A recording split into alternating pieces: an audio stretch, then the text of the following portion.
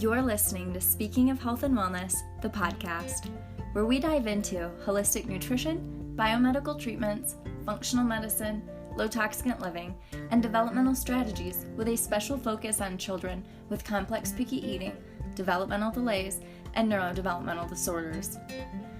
I'm your host, Shandy Lasky, integrative speech-language pathologist, pediatric feeding specialist, functional nutritional therapy practitioner, and Epidemic Answers certified health coach. Together, we are changing the conversation around how we view, discuss, prevent, and treat these childhood epidemics. I am so honored to have your time and attention today. Thank you for joining me and for all of your support. Please note that this podcast is for educational purposes only and should never be misconstrued as medical advice or a replacement for individualized care from your trusted providers. Now, without any further ado, let's get started. Hello and welcome to Speaking of Health and Wellness, the podcast. Thank you for taking the time to push play today and learn and listen with me. Welcome if you are new here, and welcome back if you are a returning listener. How are you doing? Just take a moment. Let's check in with yourself in case no one has asked you how you're doing today, or if you haven't asked yourself today. I hope that you're doing really, really well. Thank you again for choosing to tune in to Speaking of Health and Wellness, the podcast today. On this episode, as the title and description share, I'm going to be covering more of the most frequently asked questions about gluten-free, casein-free diets for children with complex picky eating, developmental delays, and neurodevelopmental disorders. If this is your first time listening to the podcast and you're new to these topics of gluten-free, casein-free diets, holistic nutrition, and the importance of gut health for these demographics of children, I really encourage you to hit pause right now on this episode, go back a few episodes to get that foundational knowledge that I've already laid down to really build on, because that's what we're going to really be building on today with this episode. This episode is for parents and professionals who understand the basics of the gluten-free, casein-free diet, like where these proteins are found and why they create issues for some children. And now you're ready to learn more. In this episode, I'll be answering questions like, how do you know if they are or aren't getting all of the nutrients they need? I'll be answering the most commonly asked question about going dairy-free. What about calcium? Is this diet a temporary change or a lifelong commitment? How long should it take to see results? And lastly, I'll be offering some general guidelines and habits for parents to consider when adopting a gluten-free, casein-free diet with their child and family and making that transition. So just note that there may be some overlap between this episode and the previous two, as I am pulling content from a pretty in-depth blog that I have on speakingofhealthandwellness.com titled Gluten-Free, Casein-Free Diets, Picky Eating, Autism, and Other Neurodevelopmental Disorders. What's the connection? It's a blog that I wrote. It's a deep dive, lots of good resources, lots of citations, lots of clickable links, graphics, things like that. But it's a lot of information. And so what I am doing is chopping it up into bite-sized pieces, digestible pieces to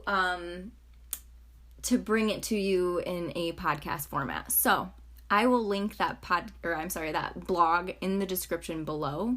But I do encourage that you listen to the previous two podcasts. While there might be some overlap, I am trying not to do too much overlap because, again, I'm really trying to build on the content. So, you ready? Let's get into it. First up, how do you know if they aren't getting all of the nutrients that they need? So, you can hypothesize through symptom observation, and this is the importance of working with a nutrition provider so that you can, because if you don't know what the symptoms of nutrient deficiencies are, certain different nutrient deficiencies, then how would you know, right? But a lot of times through symptom observation, I'm able to kind of use that as an informal assessment, but there are various assessments, some more formal than others. So things like informal assessments would be things like food journals versus something that's more formal would be like biomarker labs. Some are more credible than others, clearly, but still value in all of them. So yeah, some basic labs for biomarkers may be available for coverage through insurance with your child's pediatrician, not necessarily for nutrient deficiencies. Some of them are, but in terms of like the gluten-free, casein-free diet, we talked about like IgG, IgE markers, for example. Some nutrient deficiencies like vitamin D, serum, zinc, things like that. Those are available through your pediatricians, but sometimes you have to keep in mind that your child's pediatrician, most MDs are not in the conventional world. Most of them are not formally trained in nutrition, let alone holistic nutrition. Oftentimes I hear, and I experience this myself, that all the labs are normal, the labs look great. And I think normal for them is that it falls within this range, but it's not really taking into account, like, is that range optimal for that person? Sometimes, not always, it varies. I don't want to make blanket statements about MDs or anything like that. I'm not here to do that. But I think sometimes it's most advantageous of you to go through a functional medicine doctor or some type of functional or holistic nutrition provider that can help get a more functional look at these labs. Sometimes that just isn't offered through traditional medicine, which unfortunately, sometimes those functional medicine labs are not covered through insurance, so you're paying out of pocket for them. But there also are like direct-to-consumer labs that exist for families to access as well. So there's a lot of labs out there, you guys. But the most common nutrient deficiencies, like if it's, especially in kiddos when they're developing, some of them you can tell and you can see. But let's dive in a little bit more about this specifically related to the gluten-free, casein-free diet. So some nutrients can be informally measured at home, like zinc. The zinc assay test, ASSAY, is a popular at-home test that I often suggest to parents to try to see a baseline reading of where their child might be at with zinc. And sometimes honestly, it's so obvious that like it's not always totally necessary. But if you want to check for a baseline reading, you can do a zinc assay taste test at home, which I'm not going to dive deeper into that today, but you can find information about that online. It's a pretty popular at-home test, and there is actually research that supports its use, and I've linked a couple studies on speakingofhealthandwellness.com and that blog that I mentioned that I'll link in the show notes.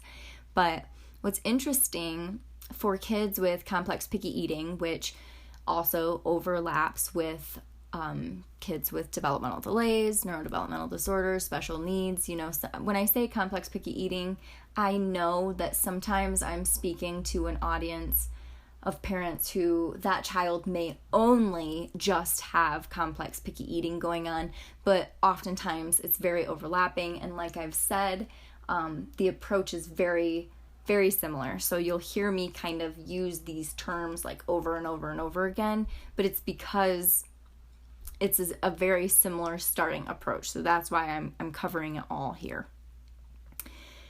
But I find that this these demographics of children, it's very common for them to be deficient in zinc.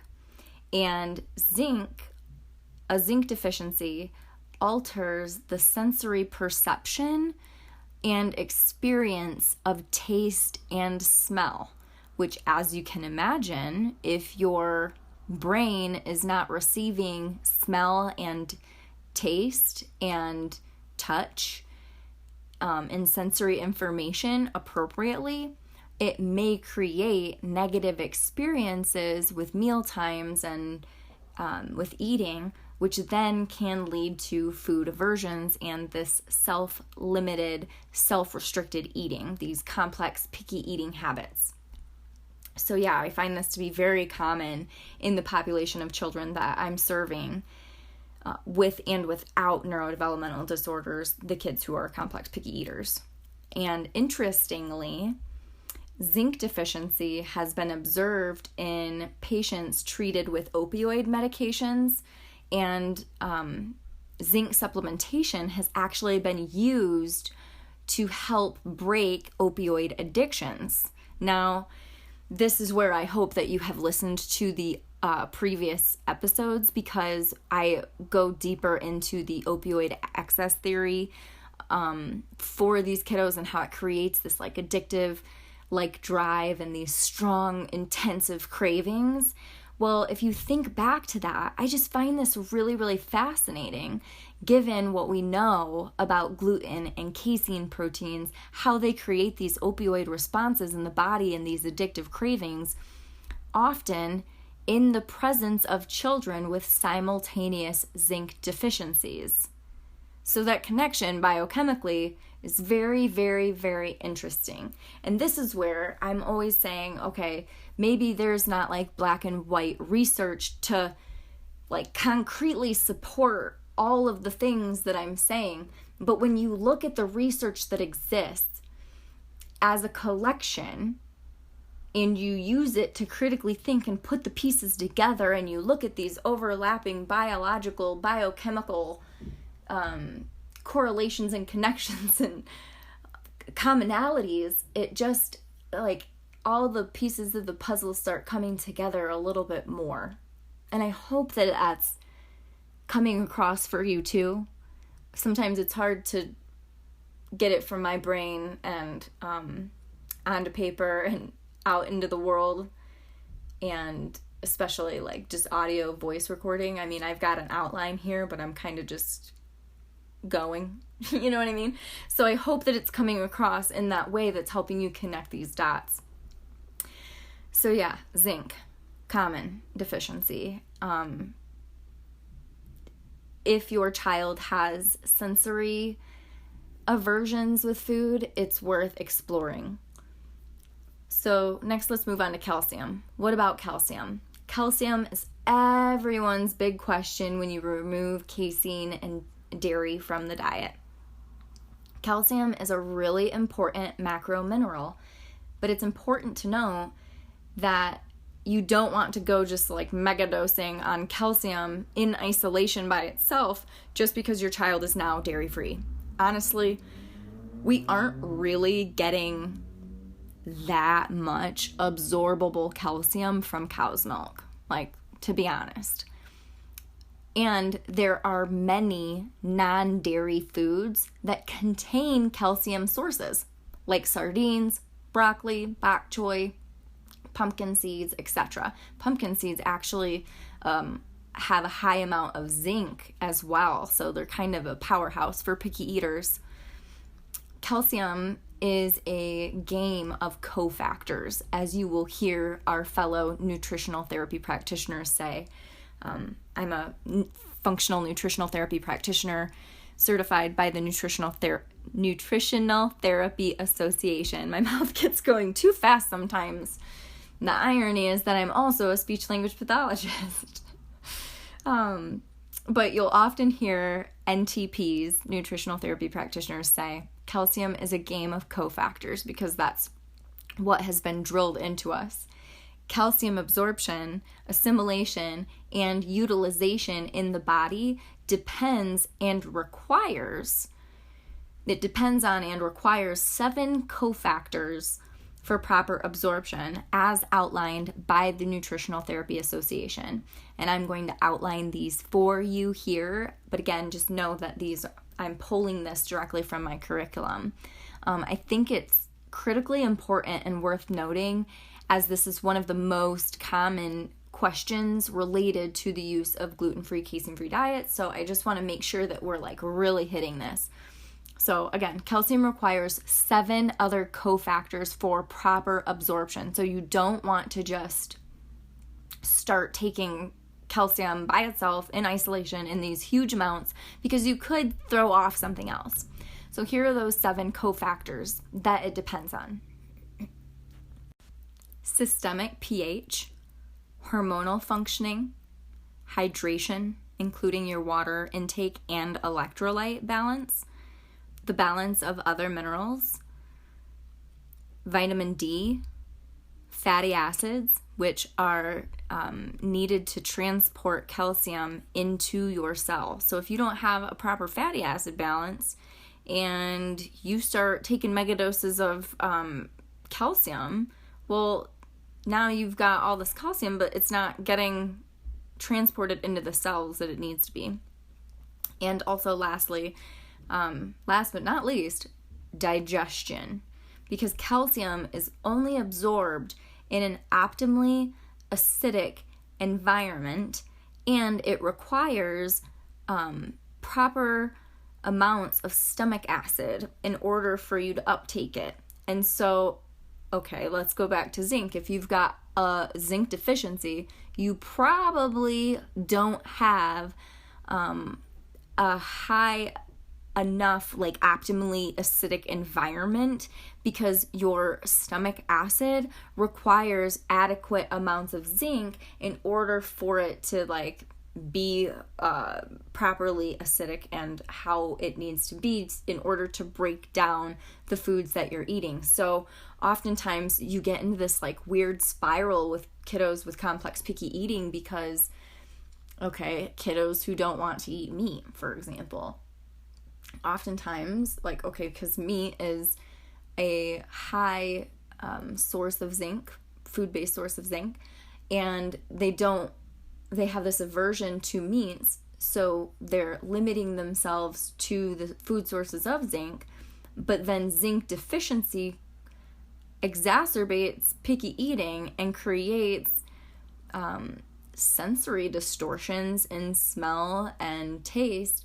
And so it's this vicious cycle that you kind of get into with nutrient deficiencies and picky eating and sensory and all these different things. And so, so again, we're talking about calcium here, but if you are zinc deficient and your stomach acid is not, if it's not adequate and you don't have an optimally acidic environment in order to uptake calcium, well, then you wouldn't start with calcium. You would want to start with zinc. You see what I'm saying? Or you would want to start with whatever you need to do to put digestion into place to properly absorb calcium. So, okay, to just simplify it, most individuals are taking in enough calcium through their diet. But the question is, are they properly absorbing it? And if not, why? If they are not, do they have the required cofactors to properly assimilate calcium? Because that really needs to be explored in addition to supplementation as appropriate and when appropriate. What I usually suggest is a high quality food-based multivitamin for a few months to give a general overall boost through initial diet transition, and then retest and see if you did a baseline test. We want to be sure that we're using methylated vitamin forms and there aren't any fillers or artificial colors or flavors or dyes or these things that I would have already talked about in the Holistic Nutrition and Bioindividuality, episode 3. I talk about it in terms of diet, but a lot of these sneaky ingredients make their way into the supplements as well. And so you just want to be watching for that. There is a study that I have previously mentioned. It's a 2018 study by Dr. James Adams and his team. And they looked at the gluten-free, casein-free, soy-free diet, a healthy version of this diet, which they outlined, and I outlined in previous episodes and in that blog that I mentioned. So I'm not going to go too far into it right now. But they used not only the diet, but a supplementation protocol as well. And the multivitamin that they used is the Autism Nutrition Research Center Essentials Plus powder, which is a great option, and now we know that it's research-based. After that study was conducted, they reformulated it and they improved the supplement based on their findings, actually. And just to note, Dr. James Adams actually helped formulate that. It's from his research organization or lab, I guess you'd call it, out of Arizona State University. And he does not receive monetary reimbursement from the sales of the supplement, and either do I. But you can find it. It is linked in that blog that is linked in my show notes.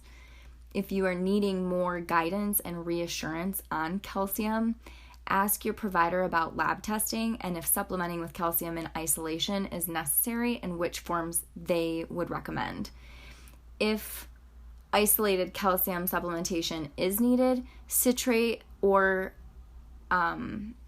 malate calcium forms seem to be the most widely tolerated and recommended among this population of children, from what I have gathered, but just be aware that some calcium citrate supplements are GMO corn derived. And again, a lot of supplements have these like sneaky ingredients that I don't really love giving to these children. So I'm very, very, very, very, very picky about any sort of supplementation that I ever recommend. And I try very hard to be very food focused first, whenever possible, to get those nutrients from a food source. And if, I think that it's possible, if you resonate with that, there are also some really good, clean, child-safe herbal products that are, that would be good sources of calcium as well. That would be plant-derived. But when you're looking for herbal tinctures for kiddos, you just want to make sure that, well, especially for these kiddos, I don't use any of the alcohol-based ones. Now, granted, I'm not an herbalist, so I hope I'm not frustrating people with that. I know that there are maybe mixed opinions, but I just find for these kiddos, they're just so highly sensitive that I prefer an herbal tincture that has a base of glycerin rather than alcohol, which again, I think I mentioned this in my last episode, but I really like the line by Organic Olivia, which I have linked on my products tab on Speaking of Health and Wellness. I don't think she has any specifically that are targeting calcium in isolation specifically. I know that she doesn't, but there are some that exist. The herb nettle, for example, is high and rich in calcium and can be used with kiddos. But, again, like my intro says, this is not medical advice. This is, I'm just sharing some thoughts because I don't love suggesting that very little kiddos who are real sensitive beings be on all sorts of supplements, especially synthetically derived, created supplements. And so again, I try to be very food first focused whenever possible. Can we get this from a food or an herb or some type of naturally derived source where it will be the most bioavailable for the body to absorb? So those are my thoughts on calcium, just very briefly. speak with a provider, of course. But yeah, there are lots of food sources of calcium that you can look up and, be mindful that as you're introducing new foods, that some of the new foods you're introducing are high in calcium. So, another question. Is this diet change temporary or a lifelong commitment? Well, it's really hard to say for sure. That depends on your child, the individual. And we're really starting in terms of autism. Remember, because a lot of this research has been done mostly on the autism community. And we're really just now starting to see that first major wave of adults with autism come through today. The late 80s and early 90s is when we started to see these surges. And so if you think about the age and the time range, right now is the first major wave.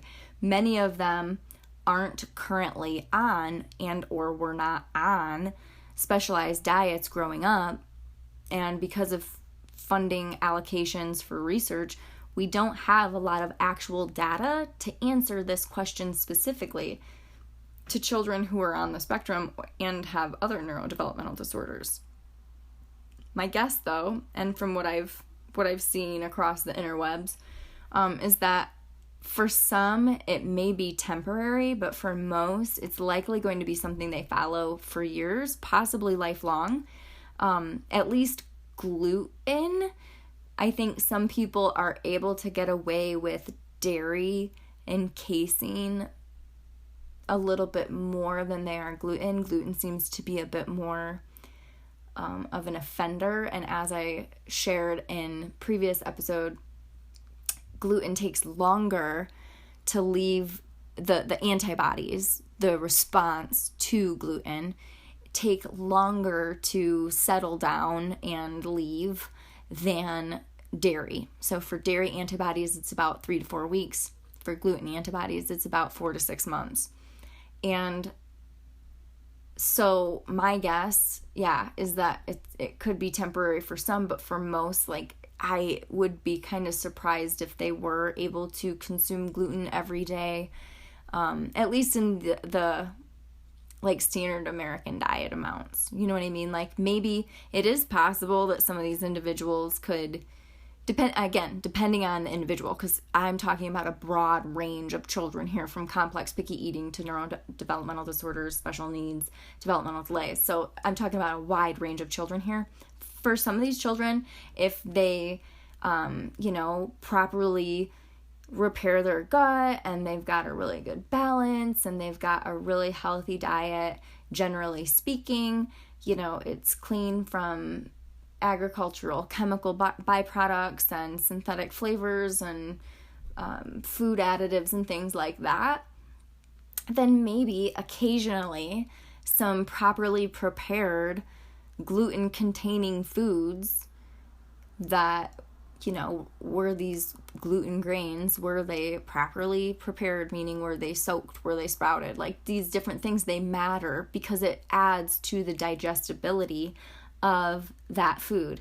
And a lot of people will ask, well, are we sensitive to gluten or are we sensitive to what's been done to it? Because the gluten today is very different than the gluten that was in our food decades and decades ago and back in the day, which I talked more about. But, now conventionally raised wheat is sprayed with glyphosate-based herbicides as a drying agent before harvest. And so, you can't wash that off. And we know that glyphosate can disrupt the shikimate pathway within the bacteria that reside in our gut microbiome. So, is it the gluten? Is it the glyphosate? Is it both? I think it's a whole combination collection of it all, and it's all very interesting. But here's the thing. Gluten-free, casein-free diets, it's really just the tip of the iceberg, because for many of these children, they need a bio-individualized diet. like tailored to them far beyond a gluten-free, casein-free diet. If a remarkable amount of biochemical healing and improvement occurs, especially in their gut, then perhaps these children could outgrow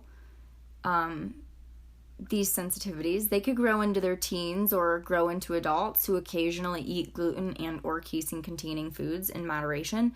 Who knows? Everyone is different, and we're still learning so much about the intricate impacts of diet, nutrition, and supplementation as a scientific and medical community. Oftentimes, once gluten and casein are removed, then you can really see the other foods that were triggering them as well. So for example, red apples or tomatoes may not have been an obvious issue before, but after being gluten-free, casein-free for some time, you may start to think that they've developed new sensitivities, but it may not necessarily be that the sensitivities are new. It may be that they were hidden, masked food sensitivities, the symptoms beneath the gluten and casein reactions that were occurring. So think about it as like you're peeling these layers of the onion of inflammation back, as you're figuring out all these food sensitivities. So that's why gluten-free and casein-free is a starting point, because if your child is eating gluten and your child is eating casein, well, then as someone with a trained eye in this realm to recognize food sensitivities and reactions, it's very hard for me to analyze informal assessments and look for other reactions when the blanket of gluten reactions and casein reactions are present. From what I've gathered, though, it seems some children are able to tolerate casein occasionally, like I've said, in certain forms after working on their gut healing and food intolerances for an extended period of time. For example, goat's milk, camel's milk are easier to digest than cow's milk, and raw cow's milk is more digestible than pasteurized cow's milk because the enzymes to properly digest casein are still present in the raw, less pasteurized forms. It will depend on the individual and their individual reasons why gluten and casein molecules cause challenge for them initially in the first place, because there are various reasons. Like I've talked a lot about how they impact the gut and the opioid connection and these types of things, but there are other considerations too, like the fact that they promote the body to release free glutamate, which is a neuroexcitatory chemical in the body that it's a problem when it's in excess. So there are just all these different connections. So again, it just depends on like why gluten and dairy, the casein molecules, why these caused them problems initially and how it was followed up. And it's going to be very bio-individual for each kiddo. So unfortunately, I know that you don't want to hear this. I can't really answer that specifically, that question, but it varies. I would be interested to see long-term testimonials and higher level research done on gluten-free, casein-free diets. From the research that I've personally read and the work that I've done with clients and my own health journey, I would advise families to expect that gluten likely needs to remain out of the diet for quite some time before expecting that it would be okay to reintroduce it. Going back, though, to those inevitable whoops moments of diet infractions, parents are generally able to see how these foods are causing their children to react or no longer react when that happens. So sometimes it's very obvious that they still aren't able to tolerate it and the diet is worth continuing. And there's no question about it because it's just so obvious. Sometimes the child if they're old enough and able to understand, is also able to connect their own food intolerance and sensitivity symptoms. And you can teach them, going back to the last episode, we talked about we're not demonizing these foods, we're teaching them what works for their body and what doesn't work for their body. I don't want to be like too dogmatic or too all or nothing though, because diet is always very bio-individual. I just don't want to give any sort of like false hope. I don't want to give false hope either, that after a year or two that all of a sudden your child is going to be able to eat gluten and casein without an issue, because unfortunately that hasn't been the experience that I have seen with just like in my own health experience and the experiences of people that I've seen online and of my clients that I've personally worked with. All of that being said, I would still say confidently that all of my clients would tell you that it's been worth it. And in my own experience, I believe that it is worth it, because the point of the diet is not to be able to reintroduce these offending foods as soon as possible. The point is to bring your body into balance and optimize your child's health, wellness, and development. So how long should it take to see results? Now, this is going to be a little bit overlapping from our last episode because I did sort of cover this already, but generally speaking, most of my clients see beginning results within the first 2 to 3 weeks. Some parents may see some progress at about a week or so, but it depends if you're starting with gluten or if you're starting with casein or if you're starting with both at the same time, and where they're starting, like what are their current foods outside of that and including that, and just how exactly you make that transition. So again, bio-individual, it's very bio-individual, keeping in mind that sometimes things get worse before they get better. So if a child has strong addictive-like cravings to gluten and casein, you may see some very strong-willed behaviors from your child as they initially adjust. So some parents have reported statements along the lines of, after that initial adjustment stage, it's like a light turned on, a fog cleared up, a veil was lifted, and it's impeccably rewarding to be a part of helping parents attain such progress and create these changes for their children's health and development. But yeah, you might see it ramp up in some of their cravings and behaviors for those first couple weeks. Especially if you just like go cold turkey, you may not see as much intensity if you did it gradually, but if you like cold turkey them, sometimes you'll see that it's, you're like breaking this biochemical addiction, for lack of a better word here. I recommend my clients and parents who are adopting this gluten-free, casein-free diet for their child and family to give the complete healthy, emphasis on healthy, gluten-free and casein-free diet, and soy-free if possible. I give it at least 6 months with 0 whoops moments. If there's a whoops moment, make a mental note, do a mental reset of the diet, of the timeline from when you started, or maybe not just like a full reset, but depending on how long your child has been on it and how much gluten or casein they ate and what their reactions were, at least make a note of it and then start again. Gluten and dairy-free diets, casein-free diets are foundational to most special diets focused on improving the integrity of the gut lining and minimizing food reactions. Is it a magic cure? Is it a fix-all? No, absolutely not. But it's always worth exploring for these kids with complex picky eating, autism, neurodevelopmental disorders. These children have quite a bit in common from a biochemical, bio-individual perspective, which is what I keep coming back to, and I hope that is coming across.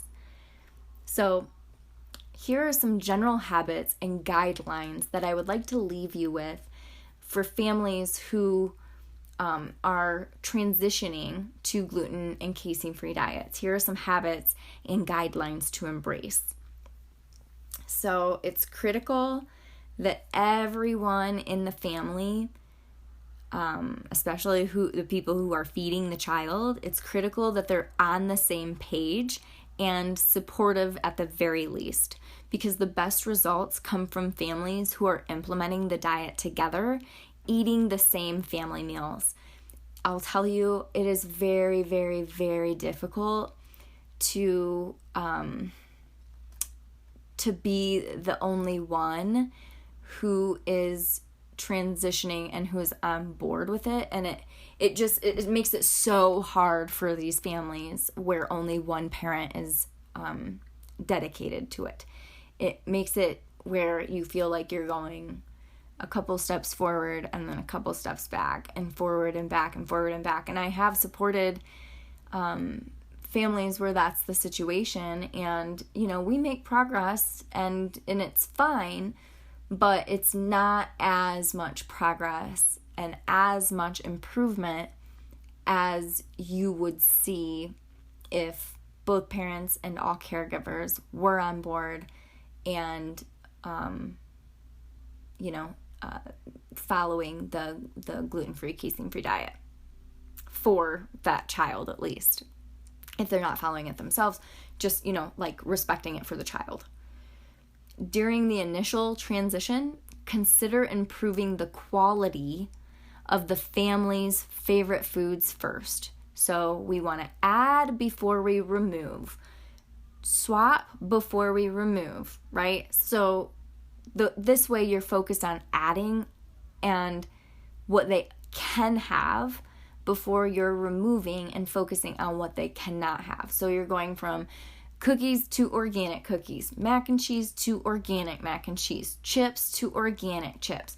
We're choosing healthier versions that are organic when possible and always free of GMOs, agricultural toxic chemicals, factory farmed animals or their byproducts, one swap at a time. And we're focusing on improving the quality. If it's gluten-free and dairy-free, beautiful. That's even better. But if it's not, slowly but surely focus on swapping over to cleaner versions of your family's favorite, and slowly but surely continue to remove gluten and dairy as you're swapping for those cleaner versions. So over time, you're becoming more mindful and aware of where gluten and dairy are in these favorite foods, and you're lowering them. And then over time, you can become more and more aware of then lowering refined sugars that might exist too, which will happen somewhat naturally, secondary to the steps that we've already talked about, because then eventually you want to consider removing all those refined sugars, even organic too, and switching to something a little bit more natural like coconut sugars or maple syrup, raw honey, things like that. So when all of this feels sustainable, then you can start expanding to foods that are more minimal ingredients and more whole food focused recipes to increase the nutrient density. So maybe that organic, gluten-free, casein-free mac and cheese is now replaced with one ingredient organic rice flour noodles, and the cheese is made from butternut squash or cashews or coconut yogurt and a non-fortified nutritional yeast or something like that. Some children are not going to be able to tolerate nutritional yeast, but if you are going to include it in the diet, always, always, always make sure it comes from a natural source and that it is non-fortified. The brand that I like is called Sari Foods, Sari. If you're not familiar with nutritional yeast, it's basically like a cheese substitute. Like a lot of vegans use it as a cheese substitute. And Sari Foods, I believe, uses a molasses, and it's non-fortified. So some brands will fortify it, and that means they add folic acid, which is the synthetic form of folate. And the reason this is an issue is because some children who have MTHFR genetic mutations, for example, they're not able to properly process synthetic folic acid. And what happens is that basically this synthetic folic acid, it doesn't necessarily get processed, but it like just kind of blocks the folate receptors. So then when you're eating dark leafy greens and these other sources of naturally occurring folate, it's not being properly absorbed and assimilated sometimes because that synthetic folic acid is blocking the receptors.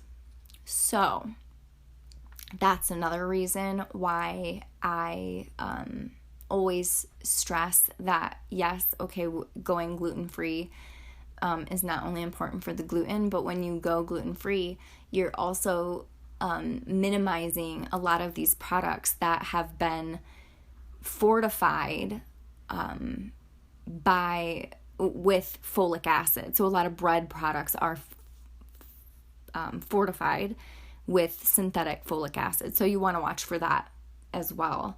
But just again, note that like some children, they're not going to tolerate even fortified forms of nutritional yeast because,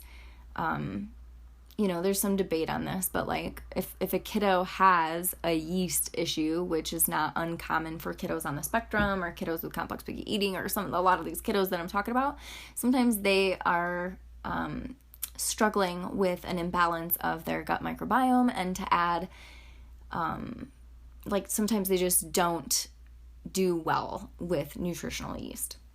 Some do, some don't, bio individual. But if you're just starting to transition and your kid's favorite food is macaroni and cheese, and this is the way that you transition them away from Kraft macaroni and cheese, well, then it's a much better option, I would say. Wouldn't you? Yes, I know you would. Ask for support when you need it. That is my next guideline. Ask for support when and where you need it. If you need support with your child's complex picky eating, autism symptoms, or neurodevelopmental disorders, and are considering a healthy, gluten-free, casein-free diet, reach out to a professional for some support. Right now, at the time of this podcast recording, when it launches in March of 2021, I am currently accepting applications for distance coaching. So if this sounds like something that you would be interested in, you can learn more on my website, which is linked in the description of this podcast. And if it looks like distance coaching might be a great fit for you, then you can self-schedule a complimentary discovery call through my website, and we'll see if we're a good fit. And I would be honored to support you. But if you're not reaching out to me, please reach out to someone else that you trust for support throughout this transition. Someone that really understands it. Don't just assume that all nutrition providers are going to understand this diet, especially as it relates to this demographic of children. Last but not least, with the guidelines, I want you to remember to have grace for yourself, patience, and consistency with the process and with everyone involved, especially you and your child, your partners, the other caregivers, therapists, teachers, everyone who is in your child's life, who may feed your child. It is going to be a team effort, and it's a process. Remember that change does not happen overnight. Do not give up. It will be overwhelming, but for most of my families, if not all of the ones that I've worked with, they would say that it really, truly is worth it. And I would share from my own experience and my own health, and I'm not, I don't fall into this demographic of children, but just from my own experience dealing with chronic health issues, I know that when these molecules are creating inflammation. They're very havoc-wreaking. And for me, I have a lot of people who like aren't familiar with this diet and nutrition and stuff, and they almost like pity me when they find out that I can't have gluten and dairy and like other foods that I'm still working through sensitivities that I'm healing. They kind of are like, oh, I'm so sorry. And I'm just kind of like, my response to that now is, don't be sorry. Like, I feel better than I ever have. I still am dealing with food and environmental sensitivities. I'm still healing things. I'm still working on my own healing journey and process. And if you want to hear more about that, go back to the first beginning episodes of this podcast, episodes 1 and 2, and you can learn all about my own health journey. But I will tell you time and time again, it has been worth it. I would rather feel healthy and happy and pain-free than be able to eat gluten and dairy. Like, to me it's just like not even worth it. You know what I mean? Like, I love that I can tolerate raw goat cheese and goat milk yogurt and things like that, but everything else, I have my own alternative options. If my boyfriend is making a pizza that is a gluten and dairy, regular dairy pizza, I'm going to make another one that's gluten-free and dairy-free. You know what I mean? That's safe for me, because again, it's not about demonizing foods. It's about what works for your body. And yeah, I hope that this has been helpful. If you are looking for more support on this, please visit the other episodes that I've recorded for you prior to this one. And if you go to speakingofhealthandwellness.com, or I'll put it down in the description below, I have a free guide. It's called Nourishing Picky Eaters Guide. And I have the beginning strategies and steps that I give to families who are navigating picky eating. And there are also gluten-free, casein-free, soy-free recipes included there and in my recipe as well. And like I said, if you check out my distance coaching options and you feel like it might be a good fit for you, I offer distance coaching complimentary calls to see if we would be an appropriate fit, and you can apply and self-schedule through my website, which is linked in the description below. I hope that this has been helpful, whether or not I speak with you for a discovery call or not. I just hope that this content is valuable for you, and I hope that it's insightful for you, and I hope that it is inspiring you in the potential of what can possibly happen through the casein-free, dairy-free diet. But yeah, just know that it's not easy peasy, and it sometimes can be difficult, and that I just want to give people appropriate expectations and really help you start to wrap your mind around it, because it's so hard when you're really trying to consider if you're going to take on this major transition or not for your family, and then you've got, people on the internet saying it didn't work,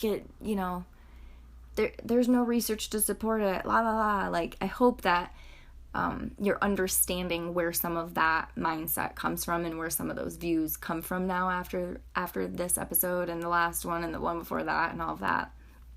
Anyways, we're gonna wrap it up. I hope that you have a fantastic remainder of your day. Whatever you're doing, wherever you're at, make it a good one. Enjoy your day, your night, whatever time it is. Thank you for taking the time. Thank you for listening, and I will talk to you soon. Take care.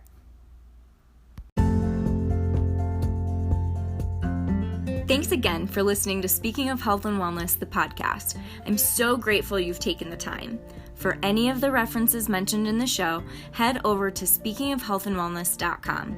If this episode resonated with you or inspired you, it would mean so much to me if you took a moment to subscribe, write a review, share it on social media, or with someone in your life who could really benefit from this information.